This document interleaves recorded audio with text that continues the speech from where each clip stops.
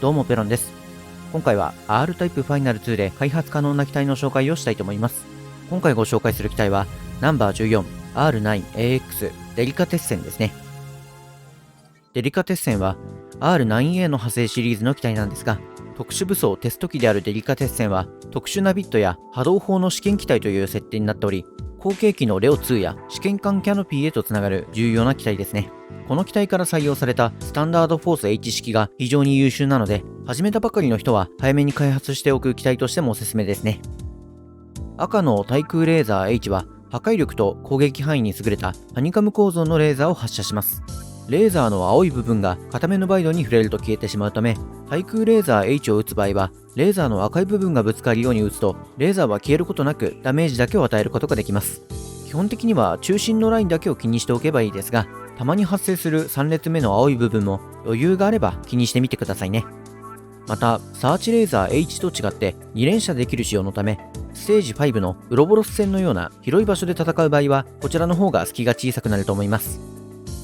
青のサーチレーザー H は追尾型のハニカム構造のレーザーを2本発射します。追尾型レーザーの中でも高い攻撃力を持っていますが、先に発射したレーザーが消えないと次が発射できないため、広い空間ではできる限りバイドに接近して戦うようにしてくださいね。また、サーチレーザー H はバイドに近づくほど連射性能が向上するため、至近距離での戦闘も得意としており、近距離から中距離の間で戦闘を行う場合はかなり頼りになるレーザーだと思います。黄色のバーティカルレーザー H は上下にハニカム構造のレーザーを発射します。破壊力はそれなりにありますが、ジグザグに進む軌道のレーザーは地形にぶつかっても消えてしまうため、位置取りが非常に難しいレーザーですね。レーザーの回転効率もあまり良くないため、バイドに接近して戦う必要がある割に隙が大きくなりがちなので、このレーザーを使う場合は作戦を立ててから使用することをお勧めします。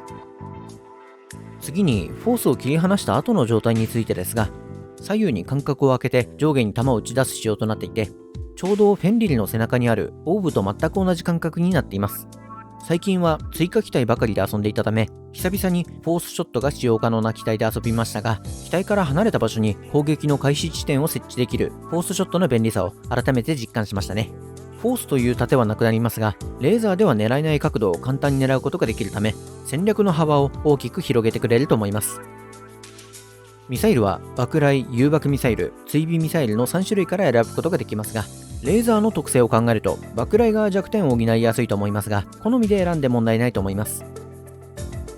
搭載されているスタンダード波動砲 X は2段階のチャージが可能で、破壊力と貫通力はスタンダード波動砲に劣るものの、波動砲の着弾後に余剰エネルギーで発生した弱いエネルギー弾が最も近いバイドを追尾する面白い仕様になっています。しかし、波動砲の破壊力を下回るバイドは貫通してしまい、貫通しない場合は倒しきれなかったバイドにエネルギー弾も引き寄せられてしまうため、背後から来るバイドの処理に有効活用するのはあまり現実的ではありませんね。そういった使い方は後継機のディザスターレポートに搭載されている災害型波動砲が得意としているため、戦術に組み込みたい場合は後継機のディザスターレポートを開発することをお勧めします。